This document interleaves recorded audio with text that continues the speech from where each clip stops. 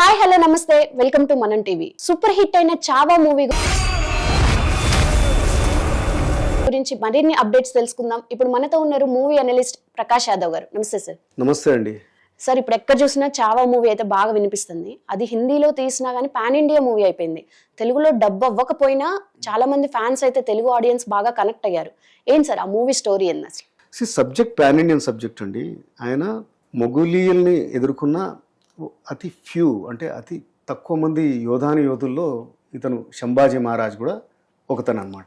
Okay. So మన యోధుడు కాబట్టి, మన వీరుడు కాబట్టి మనం we own him. Like Baahubali అనే స్టోరీ అది ఇండియన్ స్టోరీ. సో అస్సాంలో కూడా కనెక్ట్ అయ్యారు, కన్యాకుమారిలో కనెక్ట్ అయ్యారు, కాశ్మీర్లో కూడా కనెక్ట్ అయ్యారు. సో చావా అనేది ఆయన శంభాజీ మహారాజ్ స్టోరీని, ఆయన బయోగ్రఫీని శివాజీ సావంత్ అనే రైటర్, ప్రముఖ మరాఠీ రైటర్ రాశారు. అది చాలా పాపులర్ నవల్ మరాఠీలో అనమాట. సో చావా అంటే సింహం బిడ్డ.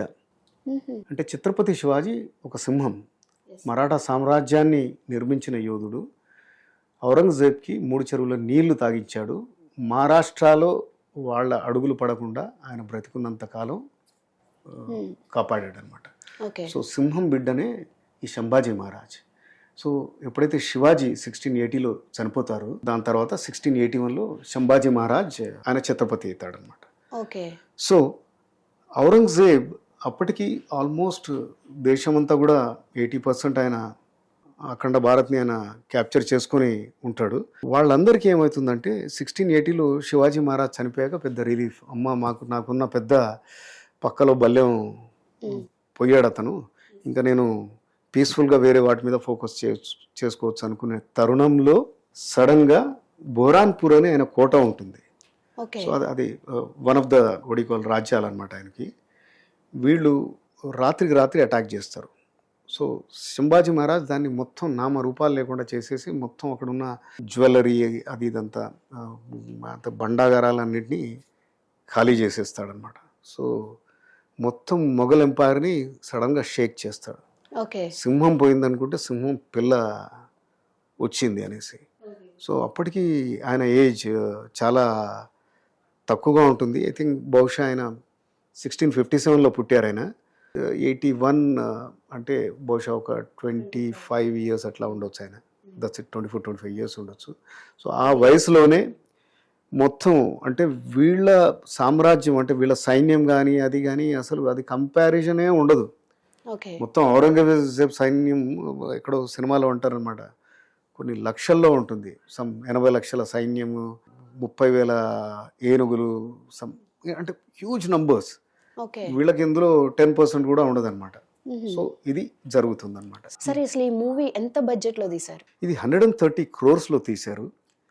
అండ్ ఆల్రెడీ ఫస్ట్ వీక్లోనే 250 crores పైన అది ఆల్రెడీ కలెక్ట్ చేసింది. ఇప్పుడు మనం సెకండ్ వీక్లో ఉన్నాం అనమాట. Second week starting huge collection, అంటే హ్యూజ్లీ సక్సెస్ఫుల్ అయింది. ఇప్పుడు మీరు అన్నారు కదా ఇది తెలుగులో డబ్ చేయలేదు అయినా తెలుగు వాళ్ళు కూడా అందరూ చూస్తూ ఉన్నారు. మొత్తం చాలా goose bump moments and last half an hour అయితే అందరినీ కంటతడి పెట్టిస్తుంది అనమాట.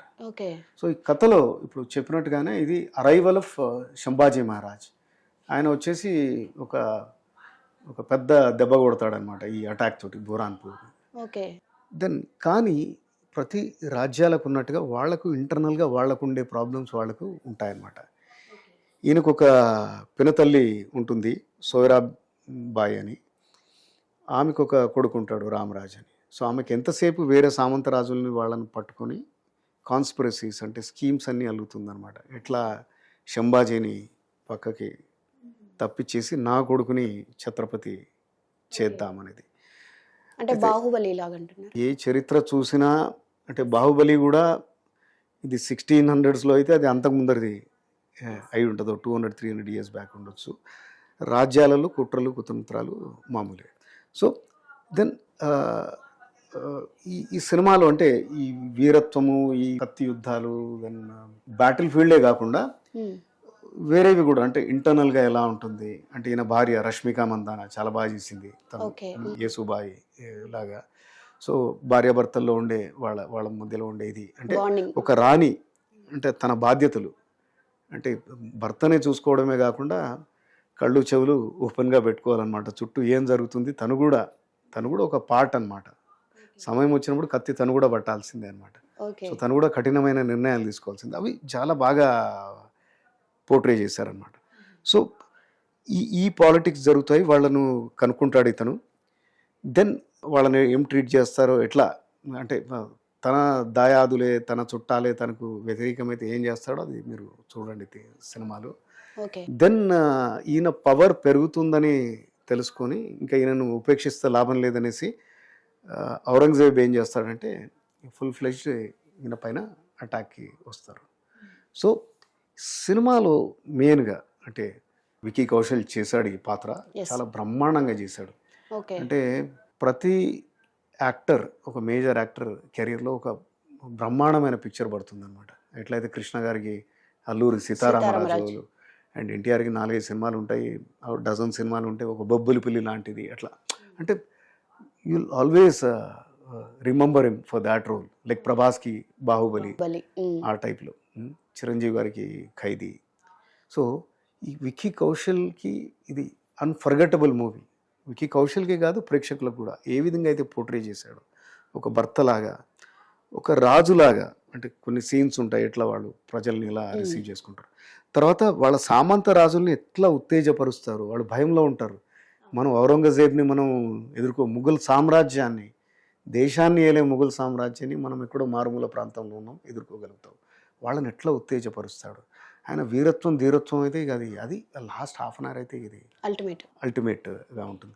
సో విక్కీ కౌశల్ ఎవరైతే వెనకాల ఏ బ్యాక్గ్రౌండ్లో కూడా వచ్చాడో ఆయన పేరు తెచ్చిన 2 సినిమాలు కూడా ఇప్పటికీ కూడా అవి దేశభక్తికి సంబంధించినవి.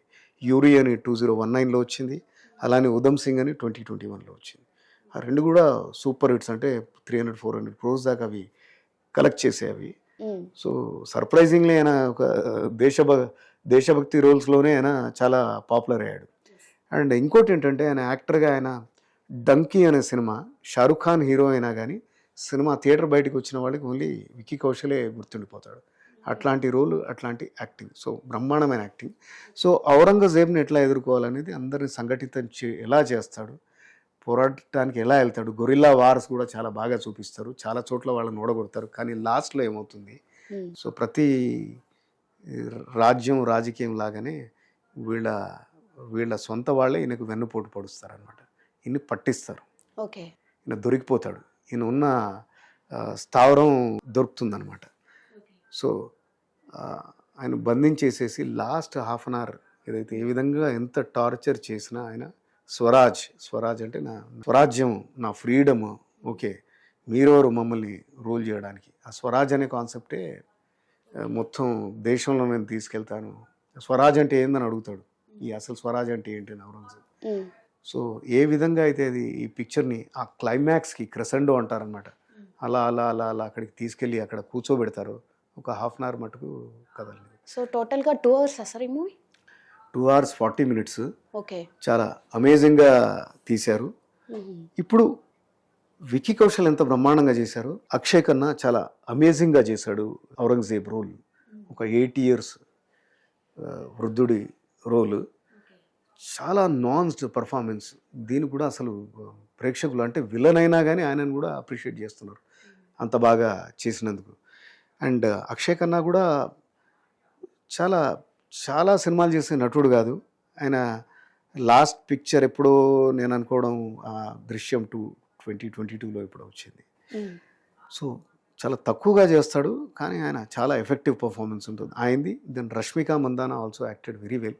ఆమె ఇప్పుడు పాన్ ఇండియన్ హీరోయిన్ అయింది, ఎనిమల్, దెన్ పుష్ప 2 అండ్ ఈ సినిమాతోటి కూడా. అంటే మహారాష్ట్రియన్ రాణి రోల్ కూడా చేయాలంటే దానికి చాలా హోంవర్క్, బాగా ప్రాక్టీస్, కష్టపడ్డాం. Kudos to A R Rahman. Background score అనేది ఏఆర్ రెహమాన్ చాలా రోజుల తర్వాత ఈ లెవెల్లో ఇచ్చారు. ఈ సినిమా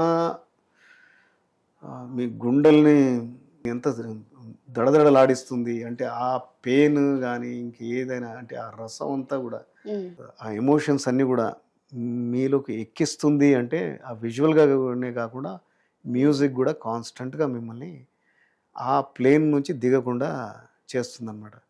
ఏఆర్ రెహమాన్ గారు పొన్నియిన్ సెల్వన్లో ఇచ్చారు, అది కూడా ఇలాంటి చరిత్రాత్మకమైన మూవీ, ట్రూ స్టోరీ అది కూడా. దెన్ ఇక్కడ బ్రహ్మాండమైన పర్ఫార్మెన్స్ ఇచ్చారు. సో ఓవరాల్గా మస్ట్ వాచ్ మూవీ ఇది. ఓకే. అందుకనే లాంగ్వేజ్ తోటి సంబంధం లేకుండా తెలుగులో డబ్ అయ్యే అవకాశం ఉంది సార్? చేస్తారనుకుంటా, అతి త్వరలో చేస్తారు. అది చేసినా చేయకున్నా మీరు ఇంకా ఇది ఇంకా అది చేసేంత వరకు ఆకండి, మీరు వెంటనే అది ఆ సినిమా చూడండి. అండ్ క్రెడిట్ అసలు last but not the list, దీని లక్ష్మణ్ ఉటేకర్ దీని డైరెక్టర్ ఉన్నారు, చాలా బ్రహ్మాండంగా తీశారు. ఈయన సినిమాటోగ్రాఫర్ ఒరిజినల్గా. లవ్ యూ జిందగీ, ఇంగ్లీష్ ఇట్లాంటి సినిమాలకి ఆయన ఫోటోగ్రాఫర్గా పనిచేశారు. డైరెక్టర్గా కూడా చేశారు, లుక్కి చుప్పి ఇట్లాంటి సమ్ రొమాంటిక్ కామెడీ సినిమాలకు చేశారు. కానీ ఇంత స్కేల్లో ఉండేవి తీయగలిగేది మనం జనరల్గా సంజయ్ లీలా బన్షాలియో లేకపోతే ఆశుతోష్ గోవారికర్ ఇలాంటి వాళ్ళని అనుకుంటాం మనం. కానీ ఈయన అలా చిన్న సినిమాలు చేసి కూడా ఇంత బాగా చేశారంటే చాలా హోంవర్క్ చేశారు, చాలా coordination, art direction, costumes, then stunts, అంటే బేసికలీ స్టంట్స్ కొరియోగ్రఫీ ఏదైతే ఉందో అమేజింగ్ అంటే అమేజింగ్గా ఉందో. అంటే దానికోసం ఫిజికల్గా కూడా విక్కీ కౌశల్ చాలా అండ్ హిస్ టీమ్ చాలా కష్టపడ్డారు. ఓవరాల్గా బ్రహ్మాండమైన picture. Okay. So must watch movie. My rating is 4/5. Thank you sir. Right.